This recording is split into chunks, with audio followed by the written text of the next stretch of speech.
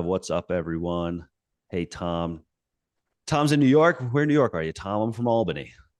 We got Doug in Chicago. Southern Arizona. Jeez, I didn't even know. This must be like Mexico, basically. Okay, now everyone's in here. We usually play a game called How Far Away From. Well, usually it's Austin, but we can do Seattle or Denver. But someone comes in from like India or New Zealand, as I saw someone up there. Madeline Cooper coming in for New Zealand, taking the cake early. But all right. Well, folks, welcome back to Unfuck My Startup. I'm Pete Crowley. I'm the head of growth here at RB2B. Adam is on an airplane right now, coming back from our executive offsite. But today we have a fantastic guest with us. I really view him as like a true sales scientist, the way he breaks down everything, the way he looks at sales and marketing. He's built teams at ZoomInfo, Gong. He's trained over 1,000 sales reps. He was the audience's favorite guest of 2024. We did not get more requests for a recording from a show than we did for Jason Bay last August. The show has changed a bit since Jason's been here, but he is back to take that crown again for 2025. We're so thrilled to be joined today by Jason Bay. Jason, welcome back to the show, my friend. What's going on? Good to be here. A lot of pressure I got to live up to today, apparently. So thanks for having me. I'm looking forward to it. Someone was asking about the show today. I was like, actually, this should be an easy one. Like this guest just came with such a punch last time that I'm feeling. I feel it all takes all the pressure off me. But I hope that doesn't then put it back on you. So, Jason, since the last time you were here, we started doing a couple of audience segments. So, audience, we're going to do the pitch slap section. If you are new here, audience, we have somebody from the audience come up every week and they pitch their company to all of you. The purpose of the pitch, as the purpose of most pitches, is to get a demo, to get some intrigue, to get some meetings on the calendar. Today, we have Curtis Schreiber. Curtis is going to pitch us supersend.io. Curtis doesn't look like is here yet. If he's not here in 1 second, or maybe Samantha. Is Samantha here from Supersend? If not, we will. Oh, Sam, you are here. Well, Sam, okay. Curtis should be on. Let's give it another second. We'll do a little filibuster. Can we promote both Sam and Curtis to panelists, John? And folks, if you would like to pitch next week, if you would like to pitch the audience, email producer@rb2b.com. I'm dropping it into the chat right now. I'll look through everybody. What I go off of is just how much of a fit I think you will be to this audience. If someone's selling to, a bunch of e-commerce businesses or whatever, construction contractors, yeah, it's just a disservice to everybody. So Sam, or not Sam, Curtis, sitting in Sam's seat, I believe. Curtis, how you doing? Oh, can you hear us? Hold on. We're working on it. Let's see. You're muted now. Hey, folks, I just dropped in the... Oh, I can't hear you. It says you're muted. No, I'm muted now. It went like unmuted, then back muted. I wonder if I can like unmute you from here. I can't. There we go. Better? There we go. Okay, cool. There we go. All right, we did it. You're Curtis, right? You're not Sam. I am Curtis. I am not Sam. Okay. Yeah. Well, Curtis, welcome to the show. Sam was so kind to set this up and have you pitch. I'm going to drop the SuperSend URL. I just dropped it right into the. Someone said 20 seconds left. Thank you, Richard. Yeah. So I just dropped the SuperSend URL right into the chat here, and then Sam has dropped in your calendar, your calendar invite into here as well. So you're all ready to go. You can feel free to share your screen as you if you'd like.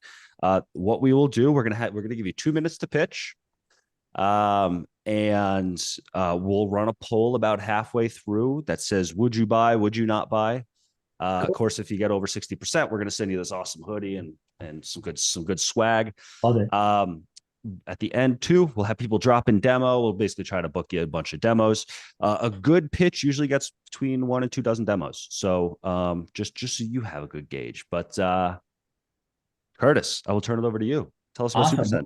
Yeah, thanks Pete for having me on. Huge fan of what you guys are doing, especially the product and not only the show here. It seems like I came on a good show also because Jason Bay is going to be talking. It sounds like kind of about a space that we're heavily involved in. So I think you matched that up perfect. I appreciate you having us on. Um, Super Send. It's basically everything you'd love about cold outreach from the tools you already know and love combined into a single platform. So we help teams that are trying to scale outbound across three specific channels, email, LinkedIn, and Twitter. But the sauce there is we do it all in a single sequence. So rather than trying to duct tape a few different tools together to execute your email outbound or your LinkedIn outbound or your Twitter outbound, with SuperSend, you can do it all in a single sequence, and it keeps the outreach really consistent. So it looks like it's coming from me, Curtis Schreiber, whether it's over email, Twitter, or LinkedIn. Um, I'd say the things that make us a bit unique, now, aside from the multi-channel sequence, is especially from a cold email perspective. I know Jason will probably be bringing up some key things to know about cold email, and I think a lot of people watching this show know sort of the pitfalls. But we're a cold email platform, that layered in these other channels. So what you can expect from us is things like warm up, multi-inbox rotation, all of those things that make cold email like really, really scalable. And I think by having all of these channels in a single sequence, you not only like lower the complexity for teams and users, but you also increase your ability to get replies because you can hit people from multiple angles at scale in a single platform. So that's SuperSend in a nutshell. I'd say for any customer or somebody that's interested in learning more about the tool, come and get us a demo, and we also help you set everything up. So there's no weird trying to figure out inboxes and domains. We help all of our customers get everything from demo to first live campaign. Beautiful. There was a question in here. How do you prevent LinkedIn blocking / banning with automation? Do you just have like a really low threshold for how much automation you do daily, or? Yeah, so I think safety is obviously the biggest concern with LinkedIn because people's LinkedIn profiles are very valuable. So yes, we do have two things. One, obviously, we're going to limit the number of connections to a really safe limit and likes and profile visits and those sort of things. But the other thing is every LinkedIn profile that we connect or that our users connect get their own dedicated mobile proxy. And so you essentially, as far as anybody else is concerned, it's just you in your house logging in on maybe your cell phone or your iPad, sitting at your desk. And so we just make that to the people that look, it looks as if you're just in your house logging in on your iPad. That's beautiful. And you do the warm up and all of that, the inbox rotation, which, as we all know, is a huge part of email infrastructure these days. So, Yeah, and Curtis. I'd say sender profile rotation for us because you may want to rotate some LinkedIn profiles in there too. There we go. I like this changing of the nomenclature to accompany the changing of the market. So Yeah. that's good stuff, man. I like that. Curtis, we're gonna send you a swag box. We'll send one out to Sam as well. You guys have been fantastic, folks. Audience. Please drop in the word demo if you would like a demo with Curtis. Sam has been so kind. You'll see Sam Novak to drop in that calendar link. Look at that. 3 demos. Come on, there's got to be more. Let's go. There's got to be more. There's got to be Looking more forward than to talking 10. to all of you. There we go. All right. Thank you, Pete. Yeah, Curtis, thank you so much for joining. Love what you're doing, and have a great day. Thank you. See you. All right. Well, that's the pitch slap, folks. Audience, if you would like to pitch next week, email producer@rb2b.com. And let's talk to Jason Bay, folks, huh? Let's talk to Jason Bay. Jason, you put out a fantastic LinkedIn post maybe 3 weeks ago or so. And you had stated a few things. You said, the answer to your outbound problems isn't AI. It's not more volume. It's not more relevance. It is your offer. And I could not agree with that more. This is something I tout all the time to people in our community and elsewhere.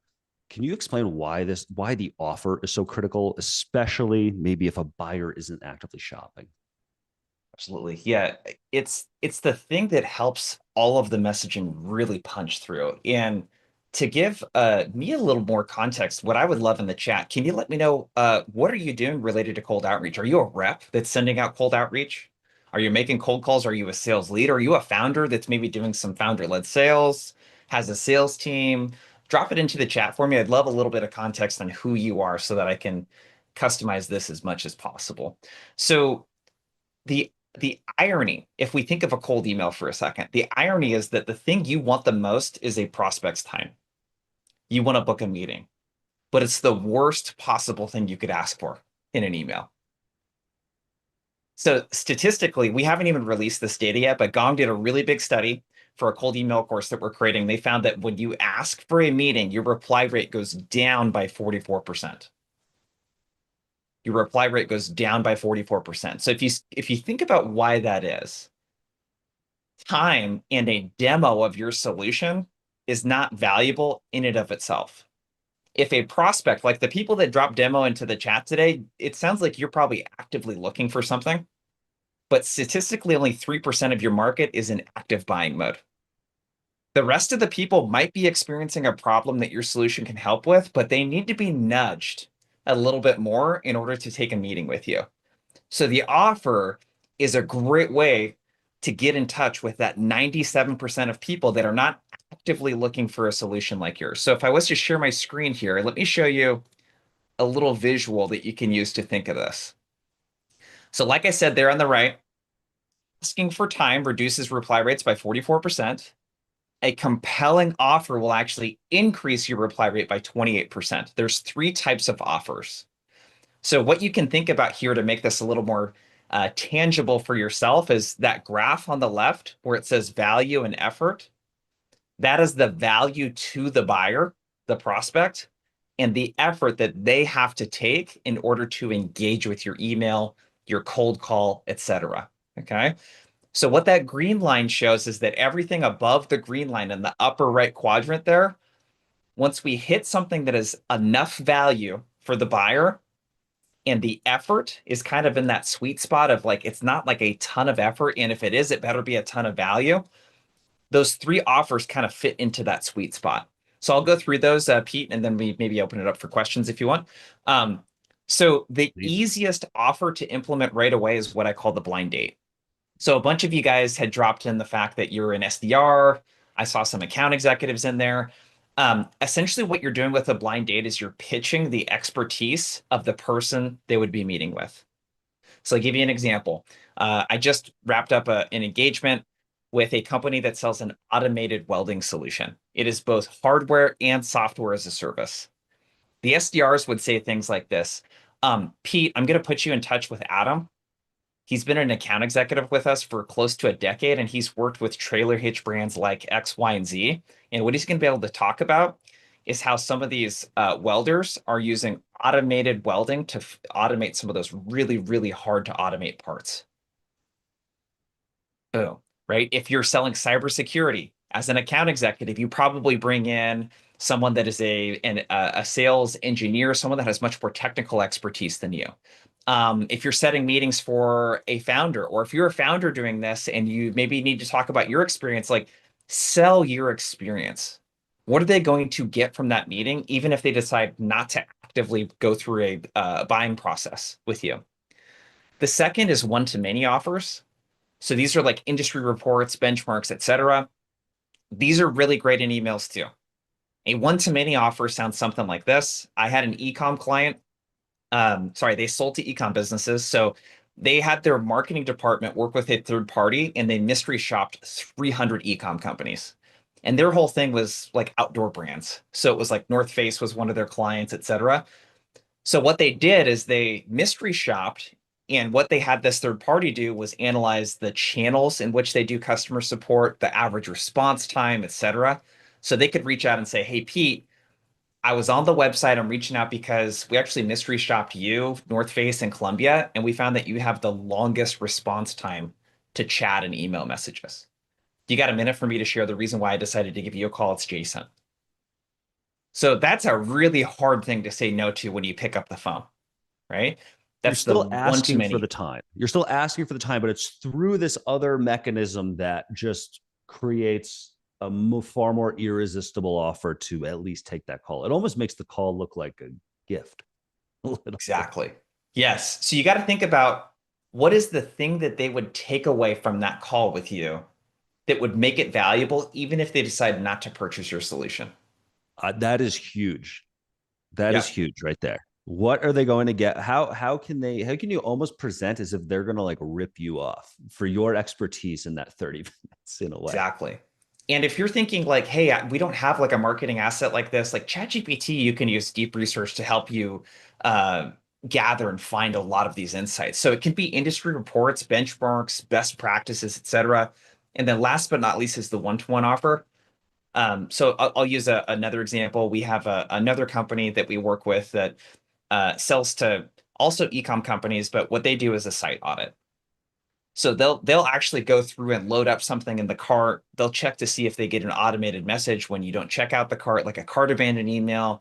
They'll go through and look for upsell opportunities, et cetera. And their offer is, Pete, we did a full audit from start to finish, purchased a product through your website, and we noticed three things you're not doing right now that are affecting average order value. So And again, that in one-to-one offer could be a cybersecurity benchmark assessment against their top two competitors. I mean, there's just all kinds of stuff you can do one-to-one, but that is a custom offer just for that client, our prospective client. That's like an enterprise type of move there. That's what I wanted to ask. So that would be more of a, if you have your list of 100 hottest clients that you're like, we need to get these people. These are going to be whether it's top enterprise, you're almost going ABM with them. That would be what that move is for, to basically have a Yep. super custom, just irresistible offer for that person. Yep. So That's the awesome. other thing too, a one-to-one offer also could be like an executive dinner that you organize in a city where they can meet up with a lot of their peers and get some insights. I mean, there's just all kinds of stuff that you can offer, but you got to think about what is the thing that we are giving to them and promising during the time that they're going to meet with us so that they will get value during that time. We have so just to let's contextualize this. You threw an example from the question. So Jeff says, how would you do that for, say, a productivity software? We sell a reporting software to help PE funds collect data from their portcos. So Jeff, my thinking would be if you sell reporting software to help PE funds collect data from their portcos, what data are they collecting and can you anonymize it and put it together in a really cool report? So I don't know. This could be average. I don't know much about that industry. It could be average profitability, average time to close a deal. There's just how profitability has changed since COVID. I mean, there's just all kinds of data points and reports that you could put together there where you pull this data across your client base.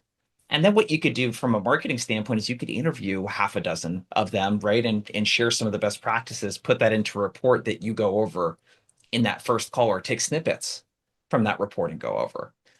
Um, so do you want to just go through and answer some of these? There's some good questions actually in Yeah, here. absolutely. Yeah, 100%. Guys, we're not going to be able to get to every single example just because, I mean, look, we're in the world of sales and marketing. Everything's has to be contextualized with the market and the product and the audience that you're, but we'll rip through a few of these. Is there some examples that you see here that stick out to you, Jason?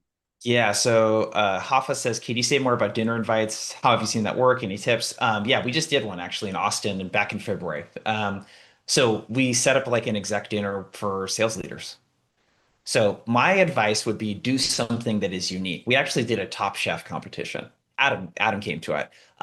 We had, I think, a dozen and a half sales leaders and a couple of other people, and we had four chefs that hosted like an Iron Chef style cooking competition.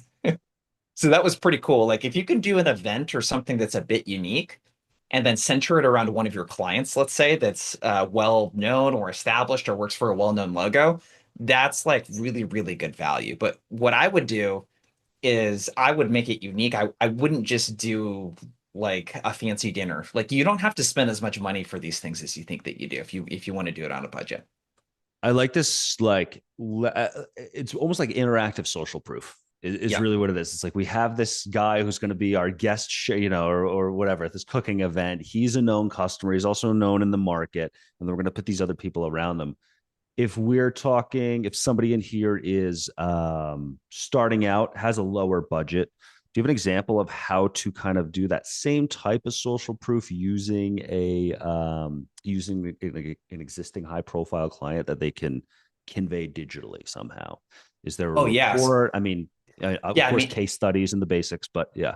yeah. I mean, you could also do like a lunch and learn virtually and just give people like a $30 DoorDash, type of thing, or a $50 DoorDash, whatever you want to do. Like the topic and the speakers and the social proof is the most important thing.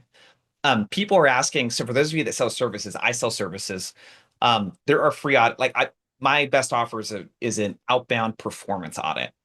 And basically the principle there is like, hey, I'll benchmark your team's performance against top of class sales brands like Shopify, Zoom, Gong, etc. I'll help you identify a couple areas where you're losing meetings, and you'll walk away with a game plan to land more meetings and build more pipeline this quarter. So that's how I leverage it. Software development, if you sell that, an example of something you could do is, I think everyone wants to know about AI right now. You could take your existing clients and interview them, or send out some sort of survey that says, hey, across our 100 clients, here are the ones that are using AI. Here's what they've replaced. There's so many interesting data points. The questions that you can answer through that content, think about the stuff that kind of fits into these four categories. What are the priorities of your buyer? So what are the OKRs, the objectives and key results that they're in charge of, that they want to accomplish? What would go on a whiteboard if they had it right behind them? Two is current solutions. So how are they taking action on that right now? So if it's cybersecurity and they want to get more visibility into their manufacturing environment, maybe they're using spreadsheets and they have people manually go in there and do their thing. Third is, what's the problem with that? The problem is that none of it's real time, right? All of the data that they're looking at is old. It exposes them. They don't know if something was exposed between now and the last time that they did an audit. And number four is aspirations. So what do they ultimately want to accomplish? And what I always ask my clients, I ask this in sales calls too, is something along the lines of, let's say that you brought us in and you hired us to do a training with your team. 6 to 12 months from now, if you were looking back and said, I'm so glad we brought an outbound squad, it had such a great ROI, what would have to happen in order for that to be true? And they'll give you all kinds of good stuff. So priorities, current solutions, problems, aspirations, that'll give you all of the messaging that you need to know in order to create a really great piece of content like this. But there's an endless amount of things. Like those are the things that people want to get from an audit, what they want to get from a piece of content, etc. Perez just dropped in here. He said a why now. That's a huge component of an offer. And I think a common theme through all the offers that you've taken us through, Jason, whether it's the examples in here or the slide you were sharing before, is like, what are you giving? Right? It's like you need to give something before they're going to give something back. And since you are the vendor, you are the seller, it's your responsibility and like your duty essentially to be the giver or be the first one to extend something outwards. And that's just a commonality. I mean, to your point, when there's folks who are just like, hey, I saw that our B2B does X. I'm talking about emails I get in my inbox. Would you mind sitting down for 15 minutes? Like, yeah, I kind of would. Like, I don't really know how this is going to help me. I'm not going to get anything out of this. Like, you might get something. Maybe I'll come across a good tool, but usually I find tools through, I have a need. I honestly ask Google Gemini, what's a good solution for this tool? That helps me shop, and then I evaluate from there. No, that's my own personal thing, but just this whole idea of like, yeah, I've really never seen a sales cycle work, at least not a modern one, that doesn't have some extreme give at the front end. Yeah. So let's do, I think what we'll do, let's do our Unfuck My Startup section. So audience, we're going to call up somebody. We already have somebody for this week, but audience, if you would like to be on the Unfuck My Startup section, next week, we have Eric Sue. He's a SEO, I guess, guru. He hosts a podcast with Neil Patel, CEO of Single Grain. Just to give you context, if you're struggling with that area, email producer@rb2b.com. We will pull you up. Today, we're going to bring up Lewis Entwistle. He's from getresponding.com. Lewis, are you here, my friend? And give us a little hand raise if you are. We'll promote you to panelist. And then, oh my gosh, he's already here. And then what we're going to do, we're going to share the screen. We'll give you a few minutes to, like 2 minutes to tell us your problem and everything. And then we'll have Jason and myself, if I have any good advice, on how to help you out and get responding trending upwards again. So yeah, let's start that timer. Let's just do 2 minutes and then we'll kind of open it up for discussion. So I'm also going to share my screen. I'm going to drop in getresponding.com, the URL for Lewis's website, right into the chat here. And I will share my screen very quickly, as I like to do here, because it's just easier for everybody. And while I'm sharing, Lewis, my friend, where are you based? There we go. I'm in the UK, so across the pond from most of you guys on the call today. But yeah, Pete, really appreciate you having this call. I know a lot of people kind of pay a lot of money for this type of info. Really appreciate what you and Jason have been doing. So thank you, first of all. So a little bit of context as to what Get Responding is. We have built this business. It is my startup. We have specifically built Evie, which is an AI assistant. The best way of explaining what Evie does is she gets dropped into your business, works with your sales and marketing team to save them 20 hours every time you respond to an RFP, RFI, or tender. We have built this out of the pain point of me experiencing the traditional process, which typically looked like searching through past content, writing the responses out manually, loads of copy and pasting. Through this process, we've spoke to over 100 businesses. The average time frame to get to a first draft is a week. Complex deals can take a lot longer. With our platform, we can get businesses there in 90 seconds. Evie can understand the ins and outs of your business and write a tailored first draft response to an RFP in literally 90 seconds, a couple of minutes. We have had some amazing feedback so far. We know there's a good market for this. A lot of businesses are taking off. One of them is YC funded as well. And the biggest problem we have currently isn't demos. We're getting a lot of demos in. Obviously, would always love more. But it's converting the prospects from that initial demo to a one deal. We're a new startup. It's my first major business.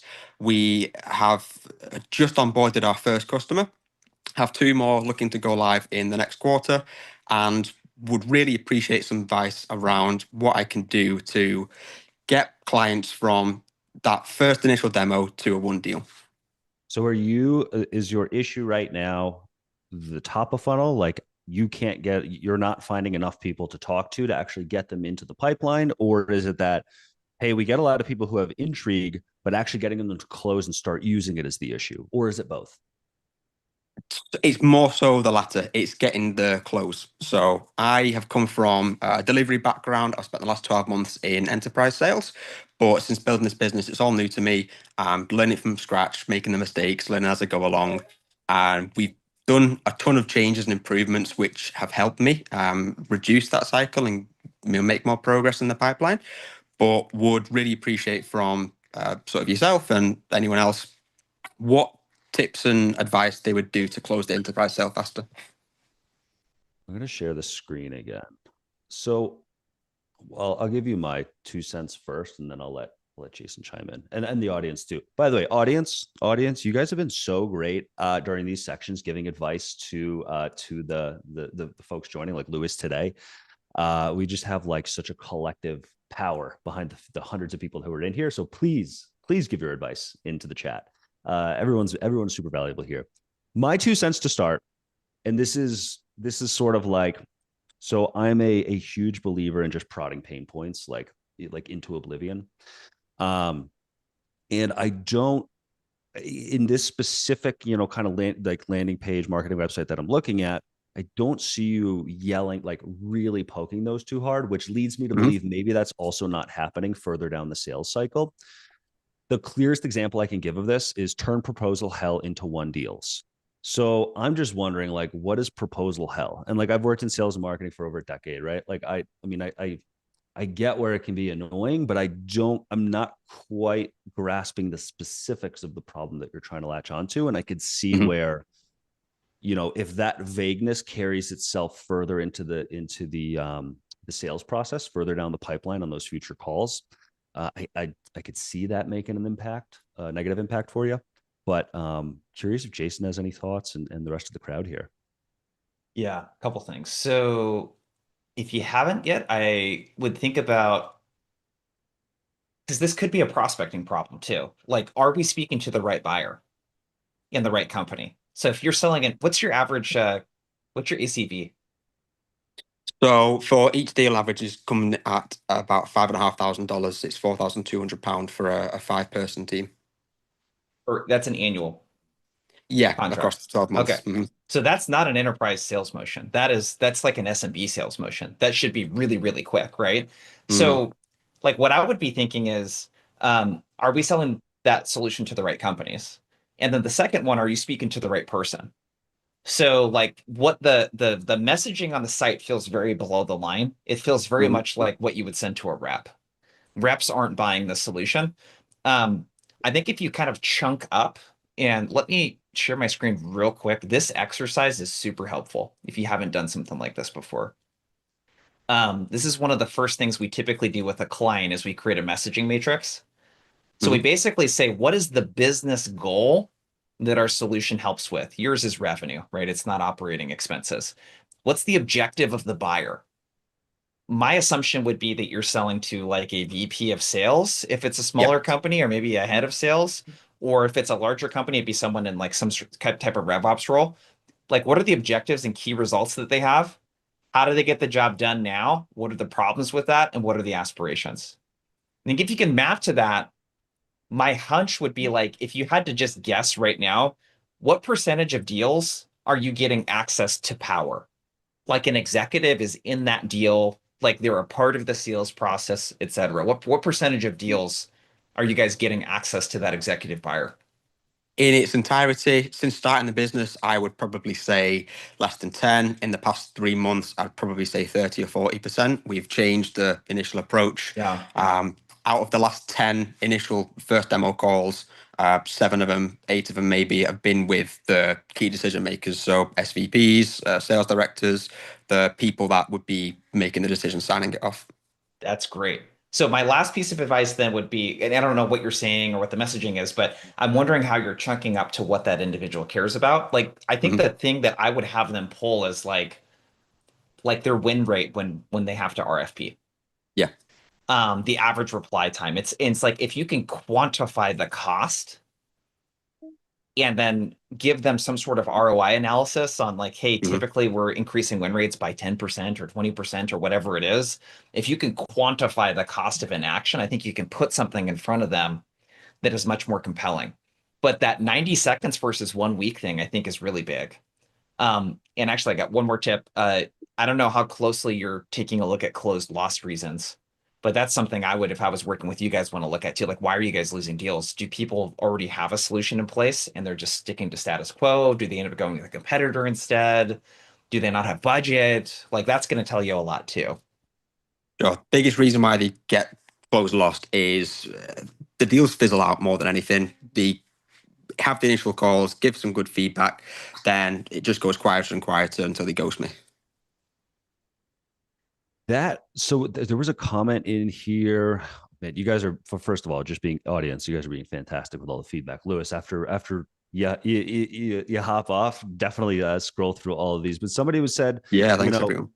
Dana said, small agency here, proposals aren't a pain point. So for Dana, that's just, so I mean, going back to Jason's first question, really identifying exactly who is actually going through proposal hell. Like, what does that mean, and who is experiencing it? Because I personally haven't really experienced it. Like, I've always been able to stay on top of that, and especially with AI being able to like handle more of proposal generation and organization. So, but there's got to be somebody. I mean, I don't want to say got to be.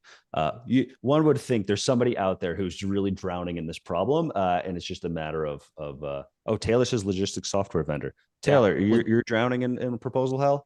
There we go. One other thing too is like I have clients that sell a lot in the US to SLED and federal. There's a lot of like it's mandatory RFP. Yeah. you know, for those types of, so I don't know if you have a way of targeting people that have a bit more of the pain, but dude, the number one reason for ghosting is usually we're not getting to power. And two, when we get to power, we're not attaching to a business outcome. It's Yeah. like, it's easy for me to say outbound sales training, but it's like, dude, the business outcome is you just launched a new product and your sales reps need to go outbound in order to get this additional product in the hands of existing customers and new customers. Like, that's the business priority I attach training to. So that chunking up, I'd be curious to see what that is for you that you guys chunk up to and can attach to. Yeah, perfect. That sounds great. We did a big exercise a couple of days ago. Every demo, I spent 10, 15 minutes on discovery, understanding the pain points and frustrations. I've done a big load of work around chunking these up to see what are the most common pain points against certain roles. Biggest ones, time consuming, looking through past content, curating the best responses, dealing with inconsistent writing styles when there's 5 to 10 people involved. So I've got much better clarity on this, and I've not updated my website since doing this. I've just updated my outbound campaign to really target this for decision makers. So someone asked on just one last thing, Pete. Someone asked, can you define chunking up? It's chunking up is taking pain. Proposals take too long to write. Chunking up to a business outcome. We're not closing enough business. We just launched a new product and our win rate is XYZ. We're losing too much to competitor XYZ. Like, that's a business outcome that we can chunk the pain up to something that affects the entire business. There's a few good ICP hints, I'll say, in the chat here. Someone says, I used to have this pain a lot in consulting. Kirsten said, in supply chain logistics, RFPs were unorganized, lengthy, and then in all caps, hell. Taylor said, logistics software vendor, confirming this. I hear you, all of this. So yeah, logistics RFPs are a headache. Nuanced questions, lengthy AF. I don't know why, whatever, censored that. We're called Unfuck My Startup over here. But so regardless, I think, and then are you zoning in on one specific type of company yet, or you're still in the exploration mode where you're a little bit general on your ICP right now, Lewis?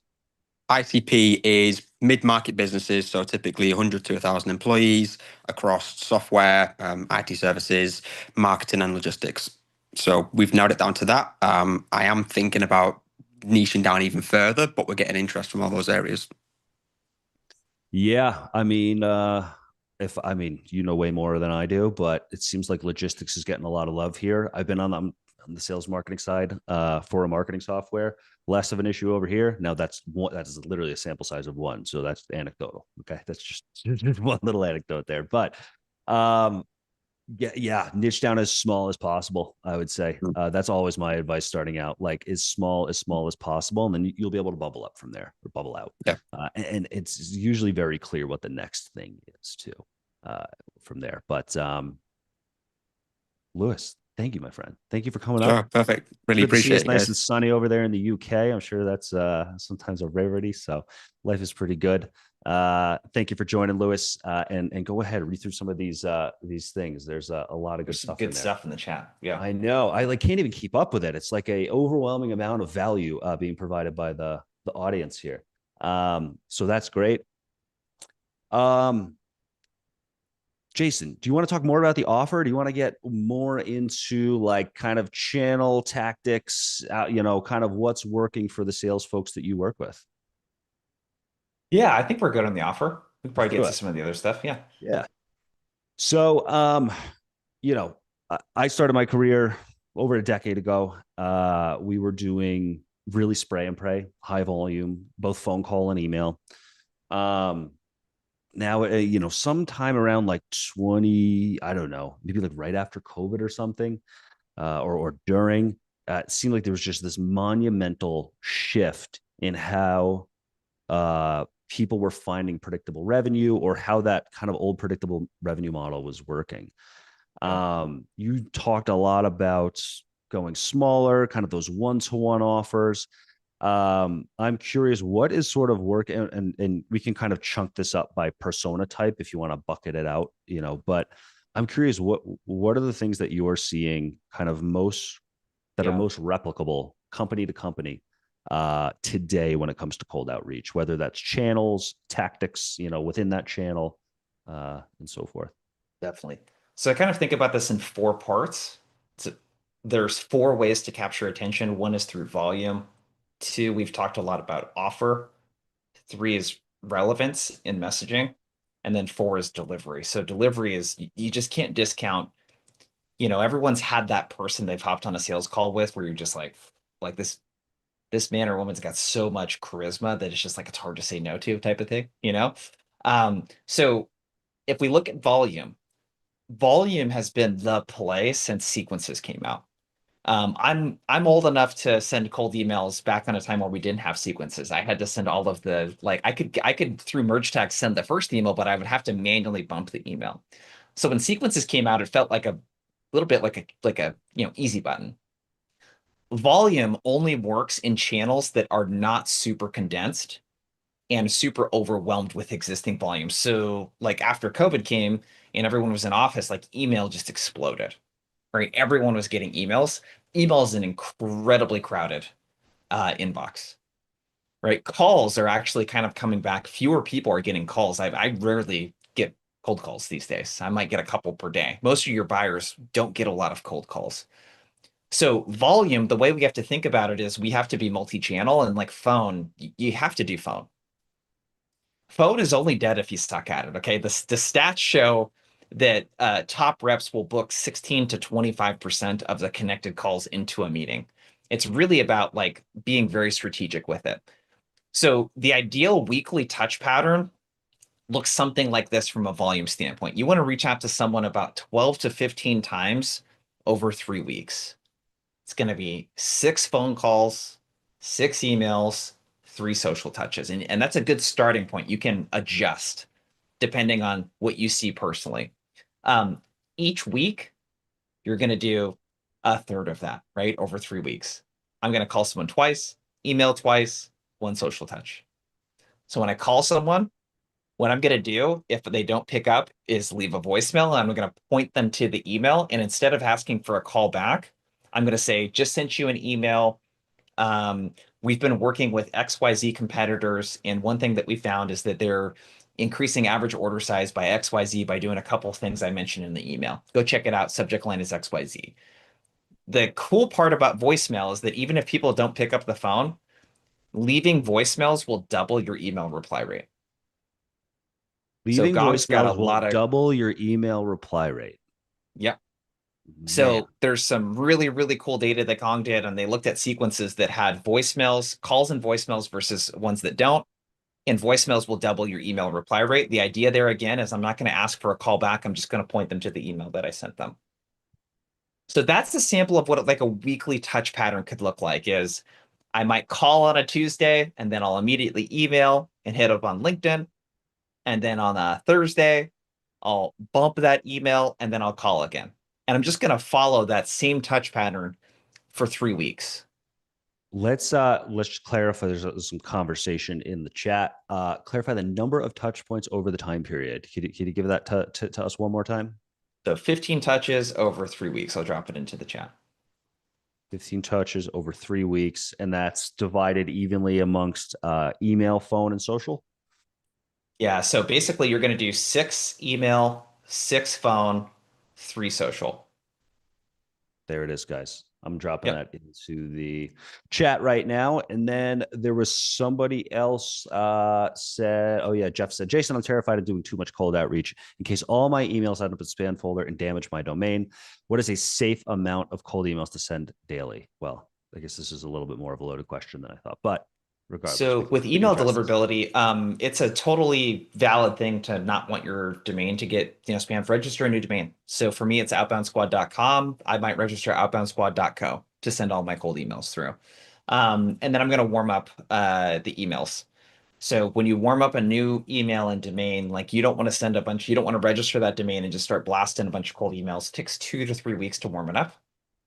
So you're going to start a new email address and you're going to subscribe to newsletters. You're going to send emails back and forth to people that you know and get a reply.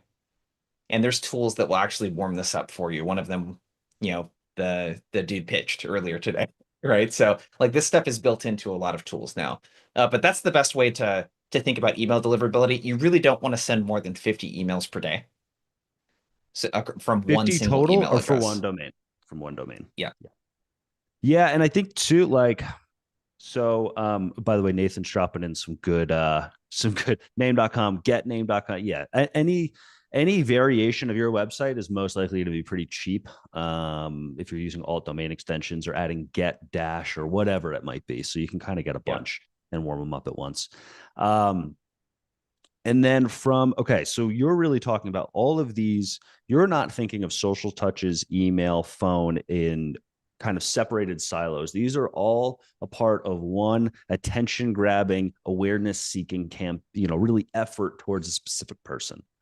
Do you, in that same idea, I've done some campaigns in the past where, depending on the product or the audience I'm selling to, I'll rope in other people who may be champions of the deal, but they're not going to be, I know they're not the economic buyer. They're not the decision maker.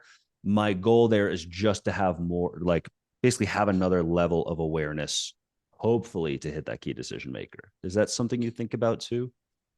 Yeah. So what I would look at is everyone's sales process and cycle is going to be a little bit different. Look at your last like dozen closed won deals and look at who the first meetings were.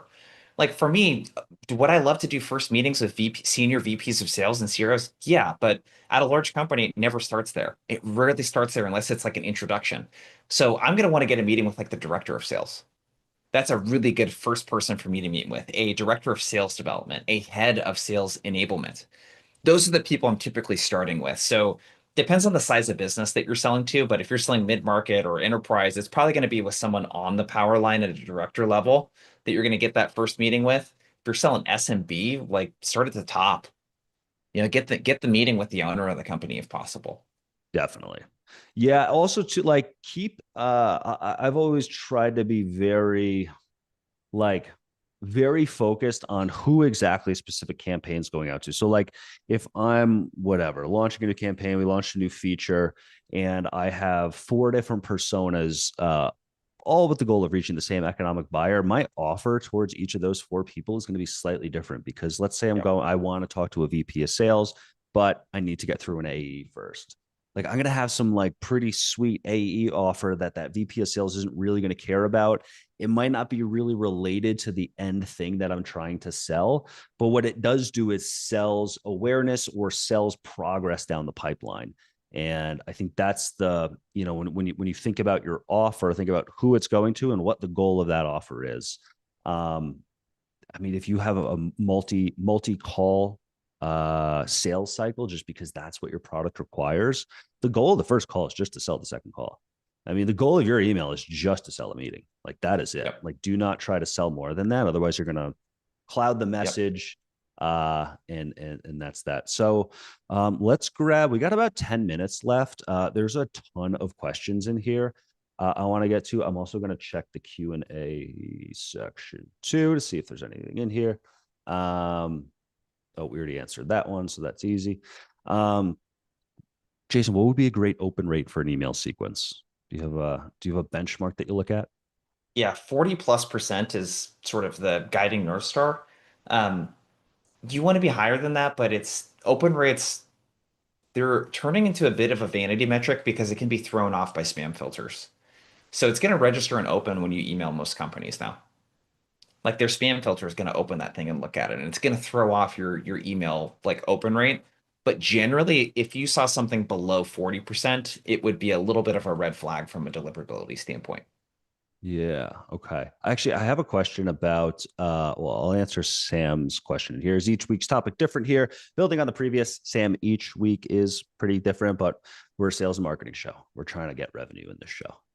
That's what we do. I have a question about phone spam. So the last time I ran phone campaigns was probably 2021. This was kind of mid-COVID, depending on where you lived. And no one was really in the office.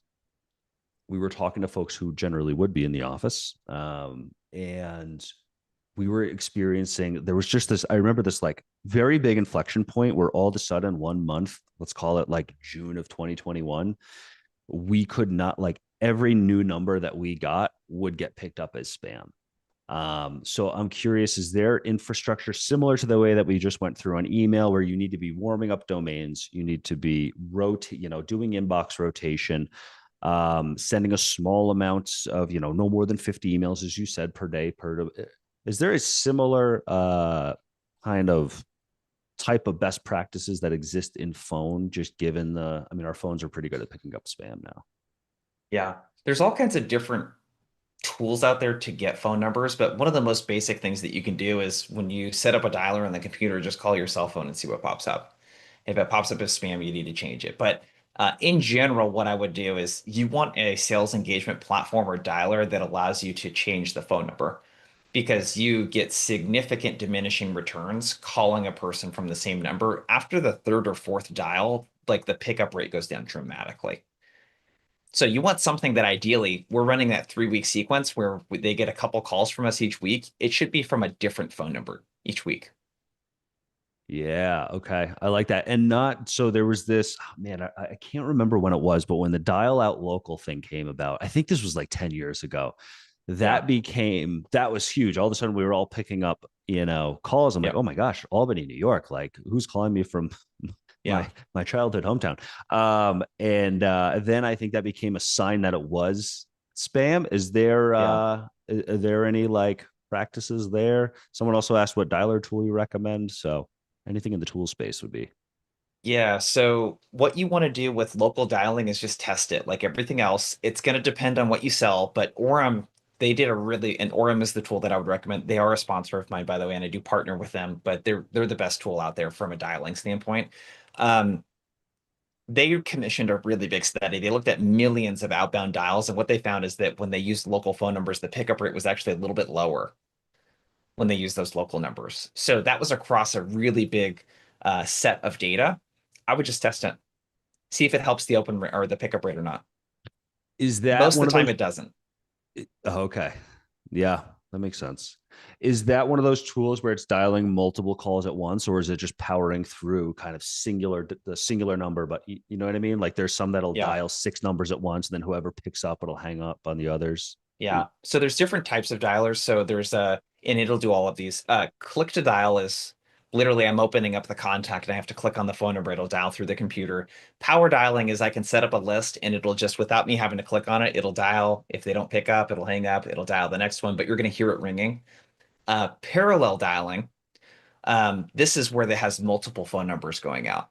So it might have dozens of phone lines open up at the same time. And then when someone picks up, you don't even hear them say hello because it takes a bit of a second to like attach the phone call to you. You hear a little beep and you just start talking. So that's something that you could check out. Those tools work really well. I would say from an enterprise standpoint, it's a little tricky to use a parallel dialer because you want to be able to have some research that you've looked at and said, and you can load those into fields, with a tool like Orem, but you just want to make sure it's a lot of upfront work to be able to do that. The other thing that I would say to someone asked this, when does the phone not make sense? Um, yeah, you guys might be reaching out into an industry or customer base that responds really well to email or social. Maybe you don't have to use the phone. But statistically, your contact rate's going to increase by 3.1x. SalesLoft did a really big study on this by using multiple channels, by using phone plus email plus social. So the idea with phone is that don't use low pickup rates as a reason to use or not use the phone because you have voicemails and voicemails will increase the reply rates. So just test it. Do you ever do on LinkedIn and socials? I know you interact with folks. Do you do, let's just use LinkedIn as an example, because a lot of the folks in here are B2B. Do you do like LinkedIn voicemails, LinkedIn embedded videos, in mail? Do you do anything in terms of outreach in there? And if so, is there any specific route you've seen work better than others? I know it's going I to be mean, case I by run the case. inbound. Yeah, I run the inbound led outbound kind of thing that you guys talk about a lot, Right. right? Where someone engages with a post and I'm like, I might send them an email or send them a GM in LinkedIn or pick up the phone and call them. For me, I love the phone because it just everything happens way faster over the phone. And I can show my personality and convey expertise and all of that kind of stuff in a matter of seconds. Um, I don't use voice notes really. Have not personally found a lot of success with them because the people I'm reaching out to are pretty busy and Listening to a 60-second voice note takes a lot longer than skimming an email that takes about 5 seconds. That's me personally. That doesn't mean that you shouldn't try it and see if it works. Video, however, can be very effective depending on what you sell. So in the example I gave earlier around the e-com solution and doing like a cart analysis, video enhances that message because I can visually show them the cart and what I'm looking at. So I would think about with video, if it enhances the message, give it a shot, see how it works. If it's just you talking head like this saying hi, that in my experience has kind of gone out of style. That was really cool in 2018. That was like all I talked about in 2017 and 18 was sending videos in your prospecting outreach. People have seen this now, and there's also ways to fake it with AI, so it's not such a novel thing to get anymore. Agree with that. And someone asked about AI tool to leave voicemails in your own voice at scale. Do you do any automation there? Is it all kind of pretty manual? I know some of the dialers you can record your voicemail and then Yeah. have it drop that automatically. Is there another tool you've used for that? I'm not aware of an AI tool that will record the voicemail for you using your voice. That's pretty fucking scary. I know there are tools that will do that with videos. Yeah. I'm kind of like, from a morality standpoint, I really don't like using fake AI stuff and pretending like it's real. That's just me. That doesn't mean it's not worth trying. Voicemail drops can be really effective though too. There's an art to leaving a voicemail that is like templated, that doesn't sound templated, where you don't even say the person's name, but you could drop the subject line, let's say in the voicemail, and use the same subject line across a big set of prospects, and it sounds like it's customized. It's really an art. So yeah, I would recommend using that. I haven't tested this if there's AI tools that do that. Like, yeah, give it a shot. Why not? Yeah, why not? But by the way, we have the same fear. It's I'm like, man, AI's already well, for lack of a better term, ruined a lot of email. There's Oh still God, great ways it's to connect yeah. with people on email, but in general, too, I mean, I know a lot of people here follow Adam on LinkedIn or some of the other people that post from our company. Everything is manually written. I mean, Yeah. yeah, I mean, I for the most part, yeah, I mean, virtually everything's manually written.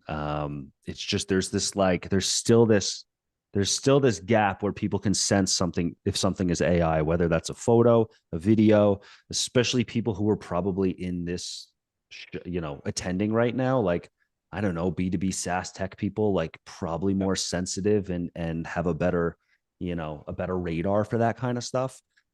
Lastly, what was that phone tool you mentioned, Jason? I want to pop the URL right in here into the chat. Orum.